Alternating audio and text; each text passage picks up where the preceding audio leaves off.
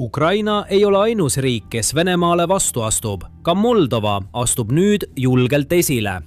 Soovides taastada täieliku suveräänsuse ja iseseisvuse, teeb Moldova valitsus samme, et võtta Transnistria piirkond, mida on kaua peetud Putini režiimi nukuriigiks, Kremlilt ära ja tuua tagasi Moldova kontrolli alla. Et mõista, mis toimub ja kuidas olukord siit edasi võib areneda, on oluline esmalt samm tagasi astuda ja vaadata laiemat pilti, uurides, kuidas ja miks Transnistria üldse ülejäänud Moldovast eraldus. Transnistria, tuntud ka kui Dnestri-äärne Moldaavia vabariik ehk PMR, on kitsas maatükk, mis asub Dnestri jõe ja Moldova-Ukraina piiri vahel. See hõlmab 1600 ruutmiili ehk 4163 ruutkilomeetrit ja seal elab umbes 367 000 inimest. Ja enamik maailma peab seda ametlikult Moldova osaks. Aga see ei räägi kogu lugu, sest Transnistria ei toimi sugugi nagu tavaline Moldova piirkond. Sellel on oma valuuta, pealinn, hümn, valitsus, parlament, politsei, postisüsteem ja sõjavägi. See algas aastakümneid tagasi, kui Nõukogude Liit lagunes 1980-ndate lõpus ja 1990-ndate alguses. Tol ajal koges Moldova, mis oli Nõukogude Liidu vabariik, tugevat rahvusluse tõusu, mis viis liikumiseni, mille eesmärk oli edendada rumeenia keelt ja tugevdada sidemeid naaberriigi Rumeeniaga. Paljud vene ja ukraina keelt kõnelevad moldovalased Dnestri jõest ida pool kartsid, et see võib minna liiga kaugele. See võis viia Rumeenia ja Moldova ühinemiseni, jättes need inimesed oma kodumaal tõrjutuks ja isoleerituks. Pinged kasvasid ja nõukogude-meelsed ametnikud kuulutasid 1990. aastal välja PMR-i loomise, enne kui Moldova lahkus NSV Liidust. Peagi algas lühike Transnistria sõda. See vastandas PMR-i toetajad, nagu Transnistria vabariiklik kaardivägi, miilits ja neokasakad Moldova pooldajatele, sealhulgas sõjaväele ja politseile. Venemaa toetas separatiste, saates neile oma 14. armee. Nende sekkumine takistas Moldova vägedel piirkonda tagasi saada ning Venemaa oli tähtis ka 1992. aasta relvarahu läbirääkimistel. See relvarahu on püsinud, kuid Transnistria staatus on sellest ajast saadik jäänud ebaselgeks. See on aastaid tegutsenud Moldova võimust sõltumatult, olles justkui iseseisev riik, kuid Venemaast sõltuv ja rahvusvaheliselt tunnustamata. Kremlist vaadates on Transnistria väärtuslik vara ja Venemaa soovib seda kindlasti enda käes hoida. Moskva hoiab Transnistrias pidevalt kuni 1500 rahuvalvajast koosnevat märkimisväärset väge, omades seal ka omaenda sõjaväebaasi ning ulatusliku laskemoonaladu. Moldova on korduvalt nõudnud Venemaa sõdurite lahkumist, kuid pikaajalised läbirääkimised pole tulemusi andnud. Ja see pole ainult vägede küsimus. Venemaa toetab seda separatistlikku territooriumi poliitiliselt ja rahaliselt, kasutades seda strateegilise tugipunktina Moldovale poliitilise, sõjalise ja majandusliku surve avaldamiseks ning takistades riigi liitumist NATO ja Euroopa Liiduga. Teisisõnu, Moskva kasutab oma kohalolekut Transnistrias vahendina, et kaudselt kontrollida Moldova saatust. Aastaid on Moldovas ja mujal valitsenud hirm, et Venemaa president Vladimir Putin võiks üritada korraldada Ukraina sarnast sissetungi riiki, kasutades Transnistriat sellise rünnaku hüppelaudana. Putin võib proovida korrata Ukrainas kasutatud tegevusplaani. Sissetungi alguses väitis ta, et sõjaline erioperatsioon on vajalik riigi denatsifitseerimiseks ja etniliste venelaste päästmiseks Donetskis ja Luhanskis tagakiusamise ja võimaliku genotsiidi eest. Ta võiks Moldova kohta välja mõelda sarnase loo, väites, et riigi Euroopa-meelne valitsus kujutab endast mingit eksistentsiaalset ohtu PMR-i rahvale. Ja väites, et ainus võimalus on saata sisse Vene väed ja luua mingisugune julgeolekupuhver Transnistria piiril. Moldova ametnikud on juba mõnda aega selle stsenaariumi pärast häiret andnud.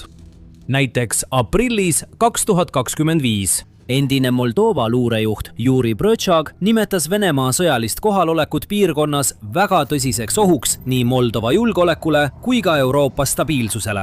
Ta märkis, et Kremli sõjamasin võiks teoreetiliselt tungida läbi Ukraina ja liikuda Moldova pealinna poole.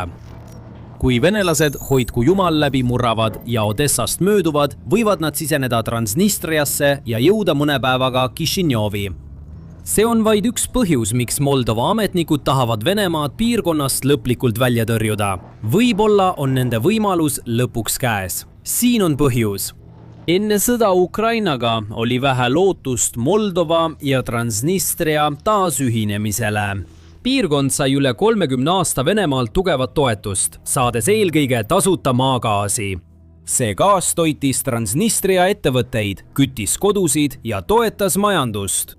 See varustas energiaga ka suure osa Moldovast, kuna riigi suurim Kutšurgani elektrijaam asub PMR-i piirides. Kuid 2025. Aasta alguses muutus kõik.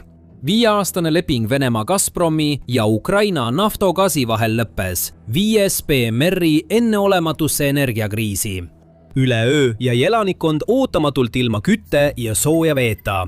Energiatariifid tõusid järsult ning mõned väiksemad asulad ja külad jäid täiesti ilma hädavajalikust energiast, mida nad ellujäämiseks vajasid.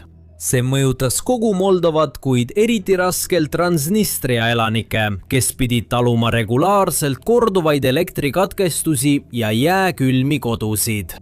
Moskva otsis kiiresti lahendust, samal ajal kui Euroopa Parlament astus vahele $1,9 miljardi suuruse abipaketiga, et aidata Moldoval kriisiga toime tulla. Transnistria majandus vähenes 2025. aastal 18%. Piirkond kannatab endiselt.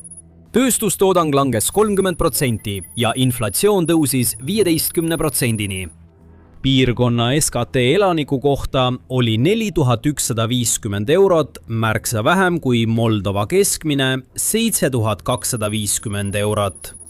Ukraina blokeeris Venemaalt läbi oma territooriumi Transnistriasse suundunud gaasi ja tarvikute voo. DMR on pidanud pöörduma Euroopa Liidu poole toetuse ja stabiilsuse saamiseks majandusliku kriisi ajal. Energiakriis süvenes veelgi 2026. aasta alguses, kui Iraanis puhkes sõda, sundides Tiraspoli võime võtma drastilisi meetmeid. Märtsi alguses peatas Transnistria valitsus gaasiga töötavad ettevõtted, jätkates kütte ja sooja vee andmist vaid majapidamistele. Kutšurgani soojuselektrijaam töötab nüüd ainult söel, kuna see ei saa enam gaasi, mida vajab 2025. aasta eelse taseme hoidmiseks. Piirkond on praegu ilmselt oma kõige nõrgemas seisus ning Venemaal tuleb samal ajal lahendada oma kriise. Venemaa on kaotanud üle 1,25 miljoni inimese ja tema majandus on kokkuvarisemise äärel. DMR ei saa loota, et Moskva tuleb teda niipea imeliselt päästma. Moldova ametnikud mõistavad seda kõike ilmselgelt. Nagu asepeaminister Valeriu Kievar ütleb, see olukord erineb oluliselt sellest, mis oli täiemahulise sõja alguses Ukrainas 2022. aastal ja veelgi enam varasematest aastatest. Transnistria piirkonna majanduslik ja sotsiaalne areng sõltub praegu täielikult Kišineust. Transnistria piirkonnast on sisuliselt saanud saar Ukraina ja Moldova vabariigi vahel. Nüüd, tunnetades potentsiaalselt enneolematut ja hindamatut võimalust, mida nad ei taha maha magada, on Moldova valitsus hakanud piirkonnale lähenema. Korraldas ka ajaloolise ja võimaliku muutust toova kohtumise Transnistria esindajatega 26. veebruaril. Enne kui uurime kohtumise kulgu ja mõju Moldova tulevikule, selgitamegi saates The Military Show, kuidas võim tegelikult liigub. Kui oled uus, vajuta telli, et midagi ei jääks märkamata. Veebruarikuine kohtumine, esimene 2 poole esindajate vahel ligi aasta jooksul, toimus Transnistria pealinnas Tiraspolis. Asepeaminister tegi oma seisukoha kohe selgeks. Alustas kohtumist lihtsa, kuid tähendusrikka märkusega, et meenutada PMR-ile ja maailmale, kellele see linn kuulub. Tere kõigile! Rõõm olla Tiraspolis, Moldova vabariigis. Üritusel osalesid Moldova ajakirjanikud, kuigi neid tavaliselt sinna ei lubata. Kohtumise ajal kutsus Kiiev üles austama inimõigusi piirkonnas, tagama ajakirjanikele vaba juurdepääsu ning suunama kohalikes koolides õpetamise vene keelelt üle rumeenia keelele. Oma pikaajalisi eesmärke tutvustades ütles Kiiev: meie eesmärk on Dniestri vasakalda piirkond taasintegreerida Moldova õigusliku, majandusliku, finants, sotsiaal- ja toiduruumi. Ta lisas, et tuhanded inimesed piirkonnast käivad juba üle Dnestri jõe Moldovas tööl ning paljud reisivad ka hariduse ja arstiabi saamiseks. Ta ütles, et taasintegreerimine juba käib ja PMR-i täielikuks Moldova koosseisu naasmiseks pole palju vaja. Tema Transnistria kolleeg Vitali Ignatjev, PMR-i välisministeeriumi juht, kes on ühtlasi Ukrainas tagaotsitav oma seotuse tõttu Moskvaga, arvas, et kahe poole vahelised kõnelused on hea märk tulevikuks. Ta rõhutas, et tuleb keskenduda inimeste vajadustele ja vältida politiseerimist. Kuna PMR-i separatistlikel juhtidel on võimalused otsas, leiab analüütik Andrei Kururaru, et nüüd peaks Moldova taasintegreerima lahkulöönud piirkonna. Nõudmisi ei täideta kohe, kuid Chisinau võtab juhtrolli. Siiani on Chisinau enamasti reageerinud, samal ajal kui Tiraspol on päevakorda seadnud ning läbirääkimised on keskendunud pigem tehnilistele ja majandusküsimustele kui poliitilistele. On selge, et Chisinau juhid teavad, mida nad Transnistria jaoks tahavad. Kaasanalüütik John Tabata nõustub, öeldes, et Moldoval on nüüd piirkonnaga läbirääkimistel ülekaal. Transnistria sõltub nüüd Chisinau'st ja võimud peaksid seda ära kasutama. Chisinau peamine eesmärk on vältida humanitaarkriisi, mitte olukorda halvendada ning hoida taasühinemisprotsess rahumeelsena. Praegu viitavad kõik märgid sellele, et Moldova soovib seda ainulaadset taasühinemise võimalust kasutada ning teeb kõik endast oleneva, et see saavutada. Mõni päev enne Kiievi visiiti Tiraspolisse allkirjastas Moldova president Maia Sandu määruse, millega võeti 9 separatistliku administratsiooni liikmelt kodakondsus. See oli seni selgeim märk, et Chisinau on valmis režiimi vastu jõuliselt tegutsema. Presidendi kantselei teatas, et 2 neist osalesid 1992. aasta Dnestri sõjas separatistide poolel ning kõik 9 olid seotud tõsiste tegudega Moldova huvide vastu. Stanislav Sekrieru, Moldova riikliku julgeoleku nõunik, selgitas olukorda veelgi öeldes: need teod pandi toime võõriigi huvides, mis rikub meie riigi neutraalsust ja peab agressioonisõda naaberriigi Ukraina vastu. Kodakondsuse äravõtmine on seadusega määratud meede, mida kasutatakse Moldova põhihuvi ohustamisel. PMR ei reageerinud sellele just hästi. Ignatjev nimetas kodakondsuse tühistamist hävitavaks. Me näeme survet nii Transnistria elanikele, isikutele kui kogu regioonile. Peame neid tegusid hävitavateks. Moldova ametnikud ei allu enam PMR-i agendale ega tegutse selle järgi. Nad tahavad oma maa tagasi saada, venelased välja ajada ja maa taas ühendada. See on üllas, kuid mitte lihtne eesmärk. Kuigi Venemaa ja Transnistria on nõrgad, seisab Chisinau siiski mitme väljakutse ees, millest esimene on kuludega seotud. Moldova on üks Euroopa vaesemaid riike. Kui ta tahab Transnistria taas ühendada, peab ta leidma viisi selle kulude katmiseks. Transnistrias elab umbes 367 000 inimest ning enamik neist tuleks lisada Moldova pensionisüsteemi. Režiimil on umbes 15 000 liikmeline julgeolekujõud. Nad tuleb ümber koolitada ja integreerida Moldova kaitse- ja julgeolekuasutustesse, mis on kulukas ja riskantne protsess. Eksperdid hindavad, et täielik taasintegreerimine võib esimesel 3 aastal maksta 500 miljonist kuni miljardi euroni aastas. Õnneks on vajalikud rahastamisplaanid juba olemas. Asepeaminister teatas hiljuti ühtlustamisfondi loomisest Transnistria taasühinemise kulude katteks. Valitsus kasvatab fondi maksude ja tollivabastuste kaudu. Rühm Moldova valitseva tegevus- ja solidaarsuspartei saadikuid on samuti esitanud seaduseelnõu, et tagada, et kogu riigi ettevõtteid koheldaks taasühinemisprotsessi jooksul võrdselt ja õiglaselt. Moldova võimud on püüdnud parandada elatustaset Dnestri jõe vastaskaldal, näidates PMR-i elanikele, kui palju parem võiks nende elu olla taasühinemisel. Kuna piirkond vaesub ja vajub üha sügavamale energiakriisi, hakkavad inimesed mõistma, et teisel pool võibki rohi rohelisem olla.